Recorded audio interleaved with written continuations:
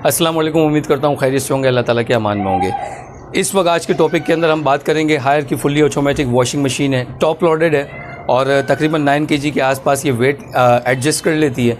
इसके अंदर problem customer को ये आ रही है कि मशीन जब भी एक्टिव करते हैं और स्पिन मोड पे डालते हैं तो पानी को जो है वो ड्रेन नहीं करती। तो पानी ड्रेन ना करने के बहुत सारे रीज़न्स हो सकते हैं। इस वीडियो के अंदर एक रीज़न आप लोगों के साथ डिस्कस करेंगे ताकि आप लोग की हेल्प हो जाए।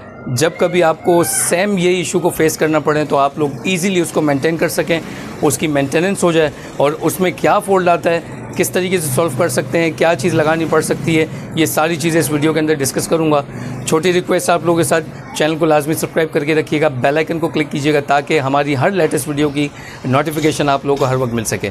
तो हमारे पास आप देखें ये वाली मॉडल की मशीन पड़ी हुई है, वन टच ब्रांड है, ठीक है, हायर का, और बहुत ही ज़बरदस्त ब्रांड ये चला है हायर का। जिस किसी के भी पास ये मशीन चल रही है, अब तक चल रही है, बहुत अच्छी क्वालिटी है और लॉन्ग टाइम भी चलती है। 5-5, 6-6 साल तक हमने नहीं देखा कि इसके गेयर बॉक्स वगैरह में कोई इशू आया हो। लेकिन सम टाइम ऐसा भी होता है इसमें ख़राबी आती भी है। डाउल इसकी हमने देखी है कि ख़राबी ज़्यादातर आ जाती है।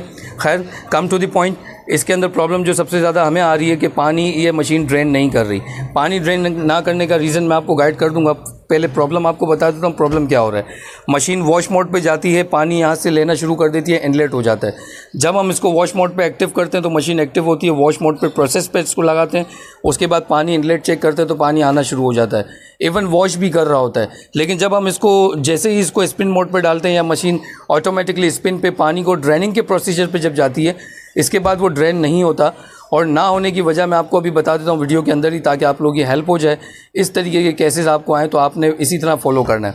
और प्रॉब्लम इसमें ये दिखेगी आपको कि अगर आपका वाटर जितना भी होता है इसके अंदर से ड्रेनिंग नहीं होगा तो पानी एक तो जमा रहेगा और ऊपर से ये जो ड्रम आपका घूम रहा है, ये ड्रम जो है वो पूरा रोटेट नहीं होगा।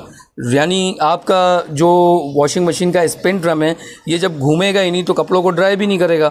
और ड्राई ना करने की वजह सिर्फ ये होगी कि नीचे से पानी ड्रेन नहीं हो रहा होगा। ड्रेन ना होने की बहुत सारे रीजंस हो सकते हैं। सम टाइम ये भी होता है कि ये वाली एक तरह की सील इसमें लगी होती है, बेसिकली पानी को चोकिंग का काम करती है। तो चोकिंग का काम ये कर रही होती है, पानी को ब्लॉक करती है। इसके अलावा ये कैचर एक इसके ऊपर भी नज़र आ रहा है, ये कैचर के अंदर फोल्ड होता है। कैचर अगर बाज़ औक़ात ख़राब होता है, ये आपको स्टिक नज़र आ रही है, तो इसकी वजह से भी मशीन जो है स्लिप मार जाता है इसका ड्रेन मोटर। और स्लिप मारने की वजह से ये होता है कि इसका ये ड्रम जो होता है ये रोटेट नहीं करता। तो मशीन को थोड़ा सा ले डाउन करते हैं और ले डाउन करके भी आपको थोड़ा सा गाइड कर देते हैं ताकि आपको रिव्यू इसका समझ आ जाए कि क्या सिस्टम, किस तरीके से इसका मैकेनिज़्म सिस्टम लगा होता है, ताकि आप लोगों के लिए समझने के लिए आसानी हो जाए। अच्छा, मशीन को देखें हमने अभी ले डाउन कर लिया है। इसकी स्पेसिफिकेशन के हिसाब से अगर बात करूं तो देखें यहाँ पर वॉशिंग मशीन के अंदर इसकी specification fully automatic washing machine top loaded है और इसकी डायमेंशन क्या होती है और इसके ऊपर क्या वोल्टेज और कितनी कैपेसिटी की मोटर लगी हुई होती है, ये सारा इसमें मशीन के अंदर लिखा हुआ होता है। बार कोड है, अगर कोई चाहे तो बार कोड को स्कैन करके सेम यही मॉडल को परचेज़ भी कर सकता है। अब आ जाते हैं हमारे पॉइंट के ऊपर कि हमारी ये वॉशिंग मशीन का जो डाउन साइड है, आपको कुछ पार्ट्स की बात बता देता हूँ। ये गेयर बॉक्स है, स्पिन ना करने की एक रीज़न ये भी होता है कि ये गेयर बॉक्स जो होता है ये भी ख़राब होता है, ठीक है। लेकिन इस केस में हमारे पास गेयर बॉक्स का कोई इशू नहीं है, हमने चेक कर चुके। गेयर बॉक्स वर्किंग में हमारा यहाँ पर ड्रेन मोटर नज़र आ रही है आपको। ड्रेन मोटर क्या होती है, ये स्टिक है, इसके अंदर एक छोटा सा देखें केबल लगा हुआ है। ये केबल का बेसिकली काम ये होता है, जब हमारी मशीन एक्टिव हो जाती है तो ये केबल बैक हो जाती है। जैसे ही केबल बैक होती है तो हमारे 2 सिस्टम एक्टिव होते हैं। एक तो पानी ड्रेनिंग करना शुरू कर देता है, जिसकी वजह से ये यहाँ पे लगा हुआ होता है, इस तरह लगा होता है। तो जब ये पीछे की तरफ आता है तो पानी यहाँ से ड्रेन होना शुरू हो जाता है। सेकंड स्टेप ये होता है कि ये जो गेयर बॉक्स लगा हुआ है, इसके ऊपर एक स्टिक लगी हुई होती है, ये वाली स्टिक भी क्या होती है, इसके साथ साथ बैक जाती है।